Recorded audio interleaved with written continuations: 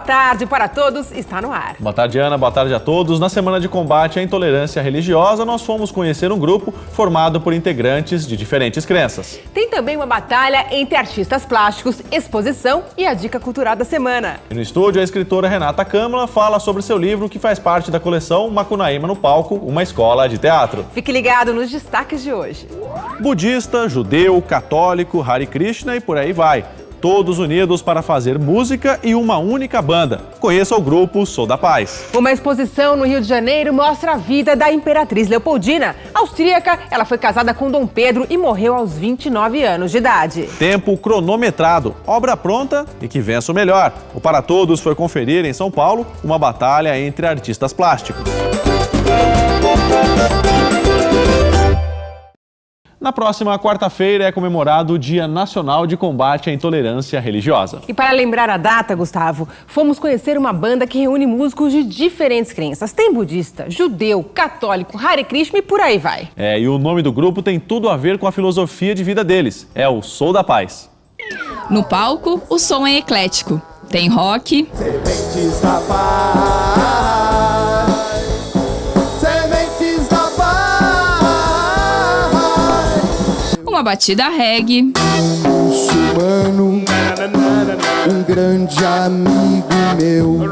e até rap. De coração estenda a mão, cidadão é um irmão, qualquer que seja a cor, profissão, religião. Além da diversidade de estilos, a banda Sou da Paz também agrega integrantes de várias religiões. Meu nome é André Herklotz, eu sou católico e toco baixo. Meu nome é Diogo, eu sou do Santo Daime e toco violão. Eu sou Rabino Gilberto Ventura, do judaísmo e toco gogó. Eu sou Ricardo Camilo, toco bateria e sou budista. Meu nome é Mahesh, sou vocalista e sou Hare Krishna. Frei Alex Ferreira, cristão católico. Sou Samuel Sarmento, toco violino e sou budista. Meu nome é Robson, eu sou unificacionista cristão e sou guitarrista.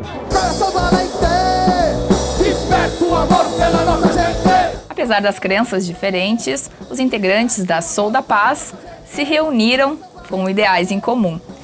Quais são esses interesses que vocês destacariam, né? Que são esses valores que a banda traz?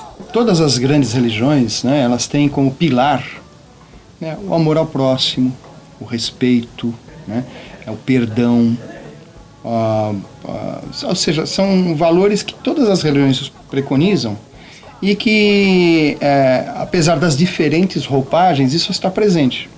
Então nós usamos isso como a base para unir as pessoas.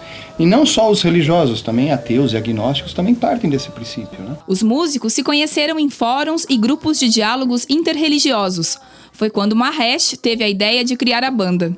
O Hare Krishna Mahesh, o muçulmano Hassim e o rabino judeu são os compositores do grupo. A música é um cimento bacana para juntar os tijolos, né? A realidade é assim. Existem muito mais elementos universais do que elementos particulares, não é?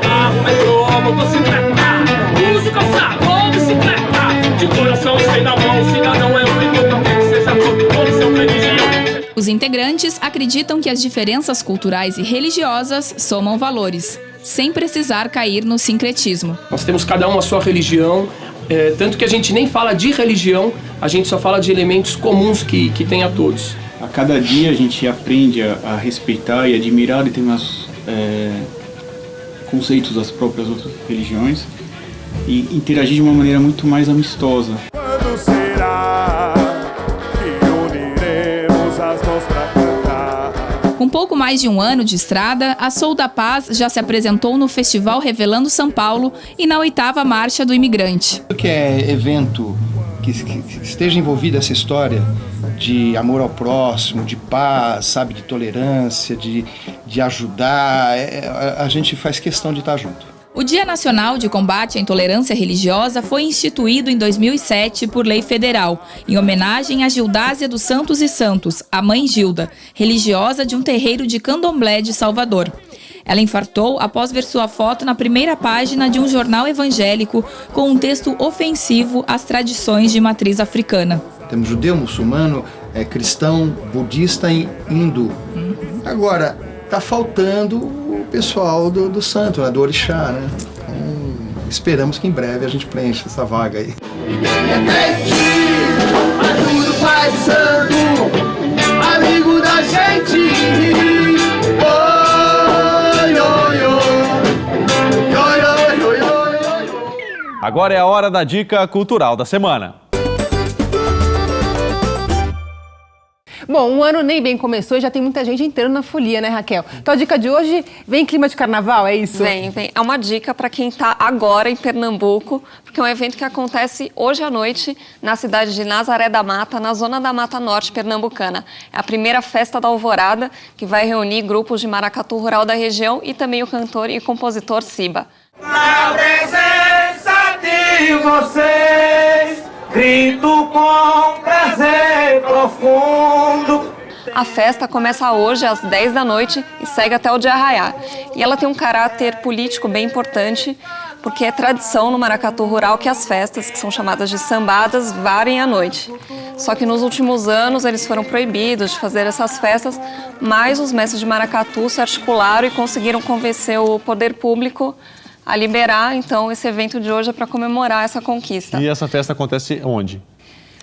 A festa vai ser no meio da rua, na BR-408, altura do 2º Batalhão da Polícia Militar, na cidade de Nazaré da Mata, na zona da Mata Pernambucana. Começa às 10 horas até o sol raiar. Bom, além da dica cultural, você também fez uma matéria sobre uma batalha, é isso? Como é que funciona? É uma coisa que está bem efervescente aqui em São Paulo, né? Tem as batalhas de rap, que já são tradição, tem também os slams, que são batalhas de poesia, e desde o ano passado também estão acontecendo batalhas entre artistas plásticos. E eu fui conferir uma dessas. E como é que é? Os artistas já levam os quadros prontos? Como que é? Não. O legal da competição está justamente aí, que eles fazem os quadros no evento mesmo, com o tempo contado no relógio.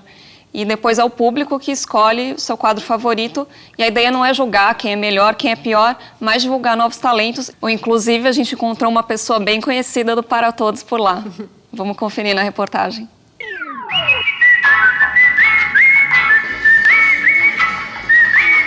5, 4, 3, 2, 1. O Tibete é um formato de batalha entre artistas, ele já acontece em mais de 30 cidades do mundo, com nomes diferentes, mas todos com o mesmo conceito de batalhar artistas com live paint num tempo reduzido. Ao todo, são 16 artistas que se enfrentam em 2 rounds com 8 participantes cada. A batalha é assim, no meio do público, e eles têm 20 minutos para pintar um quadro.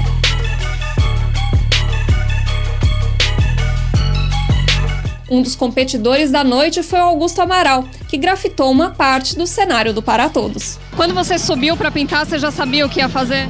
Não, nunca sei o que eu vou fazer. Inclusive, esse é meu tormento, assim. Eu separo algumas ideias, tenho algumas imagens em mente, e aí quando eu subo, eu já tento reproduzir aquilo que eu já venho pensado. Eu faço umas sessões anteriores em ateliê, especulo um pouco sobre que abordagem eu vou ter, venho, em certa medida, preparado. Bem, sim, Chegou a treinar com cronômetro? Ah, sim. Treino dentro dessa perspectiva de 20 minutos, tá? 5, 4, 3, 2, 1. Artistas, pincéis do show, ninguém grita mais. A gente espalhou um material incentivando os artistas a se inscreverem. Eles mandam um portfólio pela internet, pelo nosso site. A gente chama eles para o escritório para eles fazerem um live paint de 20 minutos. E essa seleção ela é muito mais para a gente selecionar um line-up com estilos diferenciados do que necessariamente para cortar alguém do evento. No primeiro evento, o campeão foi um artista de rua que precisava que as pessoas doassem tinta para ele poder pintar. A gente está sempre em busca dessas pessoas para ter uma história a mais dentro do evento.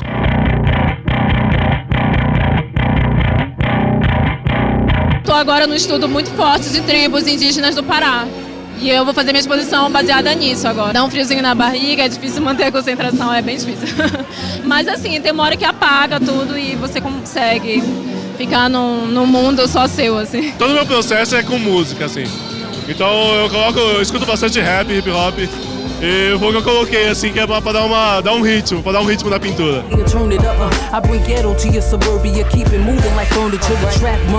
É meu kimono da sorte, desde o primeiro Art Battle. Eu venho com ele já tá todo sujo de tinta, mas é uma coisa que eu trouxe comigo do Japão e que eu resolvi manter aqui pra dar sorte mesmo. E se errar, o que acontece? Já era. O meu processo é trabalhar com erro, então sempre tá consertando o erro, na real. Quadros prontos, é hora do público escolher o seu favorito. Para votar é só colocar uma fichinha no balde que fica em frente a cada cavalete. Foi difícil escolher, mas eu gostei muito do traço dele. Gostei muito do jeito que ele pintou, a expressão ali ficou animal. Eu fiz muito trabalho editorial para revistas, revistas de história, as coisas. Então, eu tava sem o que fazer, pensei em um guerreiro voraz e foi isso que saiu. Just to hear that, yeah.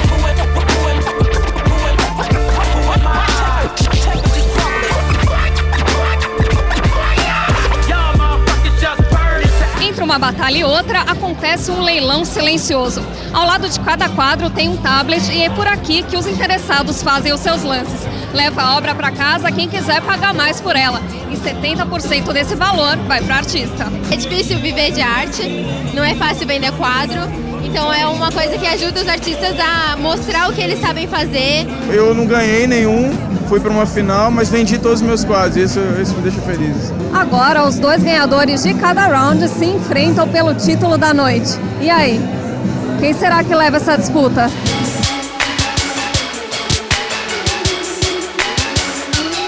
Vem pro palco, uma salva de palmas, Tito Ferrara!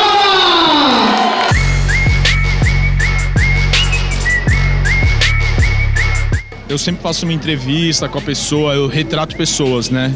Eu tento pegar a essência do sonho, do que ela quer pra ela mesma.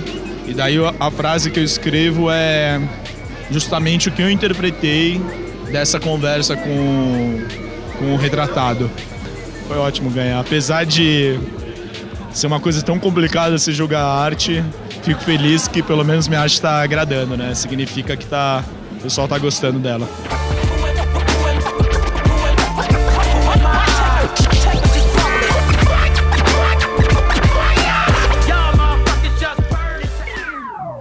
Daqui a pouco, uma exposição no Rio de Janeiro mostra a vida da Imperatriz Leopoldina. E no estúdio, a escritora Renata Câmara fala sobre o seu livro que faz parte da coleção Macunaíma no Palco, uma escola de teatro. Não saia daí.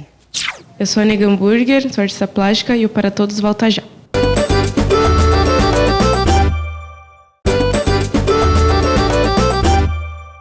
Nós somos o Som da Base, estamos aqui no Para Todos!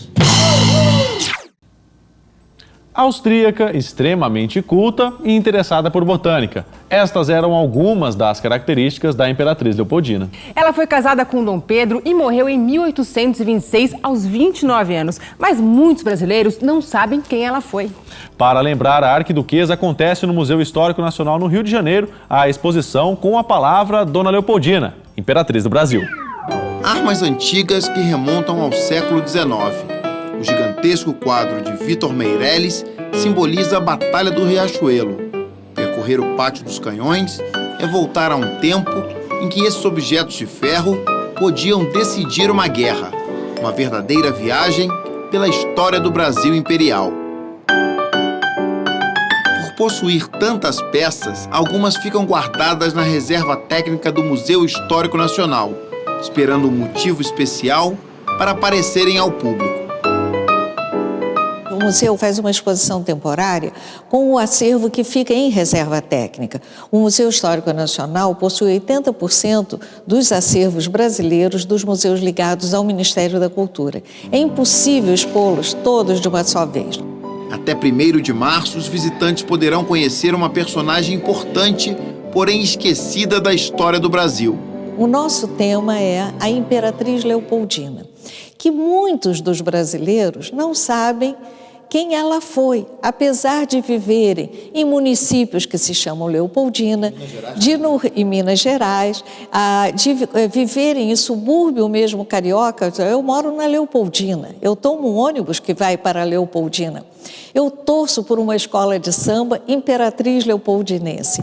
A Imperatriz chegou ao Rio de Janeiro em 1817, vinda da Áustria e já casada por procuração com Dom Pedro I. É importante entender como era o casamento. Os casamentos eram diferentes do que nós entendemos hoje de casamento. O casamento era um arranjo político, econômico, né? Você já nascia, às vezes, casado, especialmente para a mulher. né? Então, na realidade, eram arranjos de casas reais com forte interesse político e econômico nesses casamentos. Isso acontecia no mundo do século XVIII, do século XIX e talvez ainda no início do século XX. O casamento de Dona Leopoldina com o Dom Pedro é um desses acontecimentos. Ela não conhecia esse príncipe consorte, porque ela já havia casado por procuração com ele. Louças, vestidos, cartas, quadros, uma liteira usada para o transporte de membros da corte são algumas das peças em exposição. E até mesmo alegorias da escola de samba Imperatriz Leopoldinense, 8 vezes campeã do Carnaval Carioca, estão aqui. Nós fomos compondo toda essa história e essa trajetória dessa imperatriz. Então nós temos aqui a louça usada por ela, o mobiliário, a indumentária de corte da época, as moedas usadas, as condecorações, mas sobretudo nós temos a palavra da própria imperatriz contando a sua vida. Uma imperatriz que viveu pouco no Brasil. Aos 29 anos, em 1826, Leopoldina faleceu no Palácio de São Cristóvão. Segundo historiadores, amargurada com os casos extraconjugais de Dom Pedro. Ela amava esse homem. Talvez o grande sofrimento venha de que ela não percebeu esse casamento somente como um arranjo político, como muitas rainhas na Europa perceberam e conseguiram continuar a sua vida sem sofrimento. Acontece que a Leopoldina amou Pedro I. Isso é que a fez sofrer enormemente no momento em que ela começa a ter que conviver com uma segunda situação.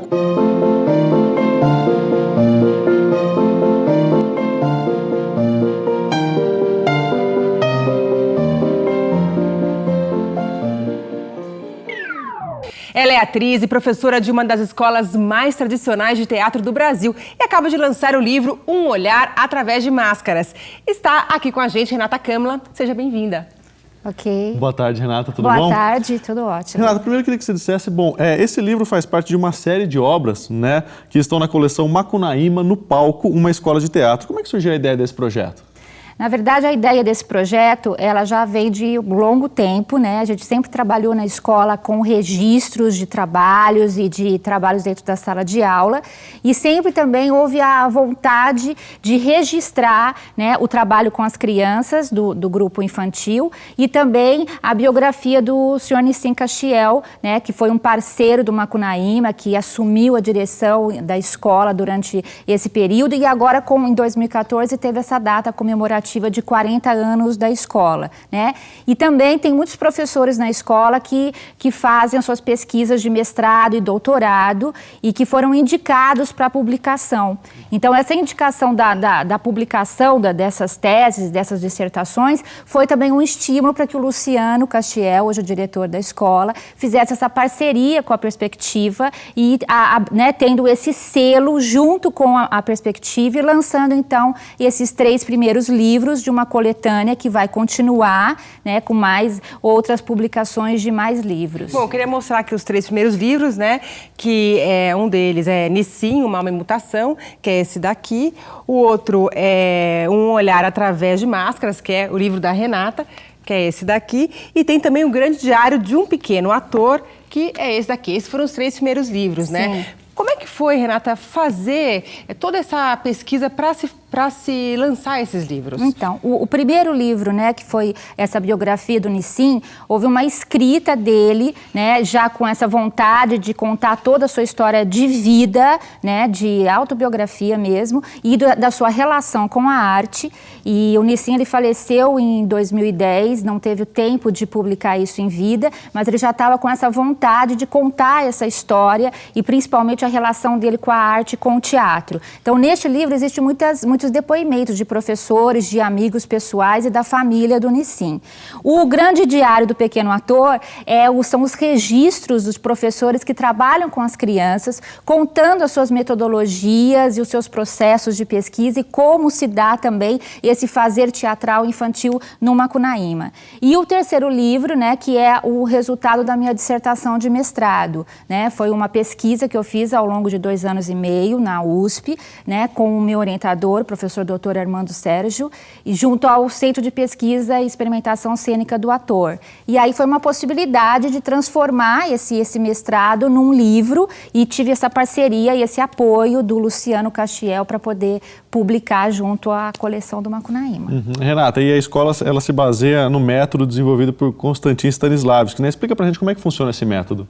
Então, na verdade, né, não existe uma metodologia sistematizada ou uma cartilha ou algum tipo de planejamento. Na verdade, o Konstantin Stanislavski foi um grande pesquisador, professor, artista, que sempre estimulou, né, a preparação do ator nessa questão do acreditar naquilo que ele está fazendo. Então, uma das linhas que segue o Stanislavski, o que ele fala pra gente, é o trabalho do ator sobre si mesmo. Primeiro você se conhecer, saber quem você é, a sua relação com o outro e a sua relação com o espaço e com o trabalho das circunstâncias propostas e da sua verdade dentro daquela cena. Então, basicamente, o que a gente trabalha são essas proposições do Stanislavski. Renata, eu queria que você falasse um pouquinho mais pra gente sobre o seu livro, né?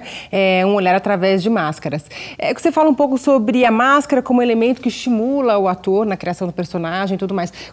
Fala pra gente um pouquinho sobre ele. Então, na verdade, o livro, né, que é um olhar através de máscaras, uma possibilidade pedagógica, tem esse subtítulo, né, porque está dentro da área da pedagogia do teatro. Eu fiz essa pesquisa junto com alunos que estavam recém-formados do próprio Macunaíma e trabalhando a questão da máscara no sentido da ampliação desse termo, né? Quando a gente fala em máscara, já vem uma ideia de uma máscara como um objeto, uma matéria utilizada no rosto para você esconder a sua face. E no momento que você esconde a sua face, você também revela tudo que está escondido dentro de si mesmo. Na minha pesquisa, eu ampliei esse conceito. A máscara, para mim, né, nessa perspectiva, não é só um elemento que coloca no rosto, mas qualquer objeto, figurino, adereços, maquiagem que você coloca no seu corpo, que você veste para de alguma forma te afetar e te transformar, e esse elemento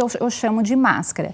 E aí nessa possibilidade pedagógica, como cada ator pode se utilizar dessas máscaras numa composição para conseguir um estado psicofísico, conseguir uma ação física e aí realizar a sua construção da personagem para sua cena, para aquilo que ele estiver fazendo naquele momento. Então, é por aí que foi a minha investigação dessa pesquisa. Em 40 anos de história, né, quais foram as principais contribuições do Macunaíma para o teatro brasileiro, Renata? Olha, eu já tenho, né, do Macunaíma, eu estou há 14 anos lá como colaboradora, como professora, e o que eu posso ver e perceber é que tem uma grande liberdade. Isso é uma coisa que o Nissim sempre quis e sempre incentivou. É uma escola que tem como meta não fazer teste para aprovação de alunos, né? Então é uma coisa livre, que dá uma possibilidade de qualquer pessoa que tenha uma vontade de começar a conhecer o que é o teatro, tem essa liberdade de entrar e saber.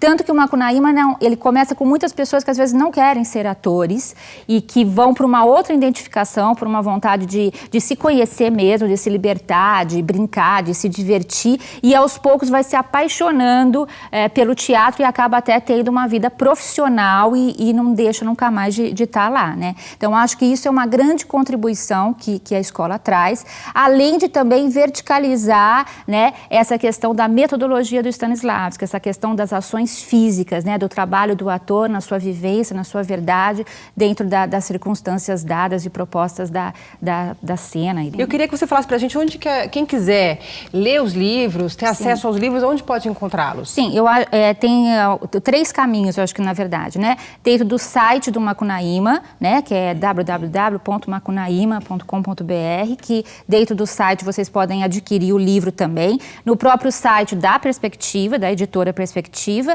e nas livrarias também, que a Perspectiva tem esse caminho, né, principalmente nas livrarias que tem esse acesso, então não é difícil de achar o livro, não. Tá certo, Renata. Tá muito obrigado por sua participação aqui no Para Todos, tá? Bom, o programa termina por aqui. Semana que vem tem mais. Muito obrigada pela companhia. Até o próximo sábado.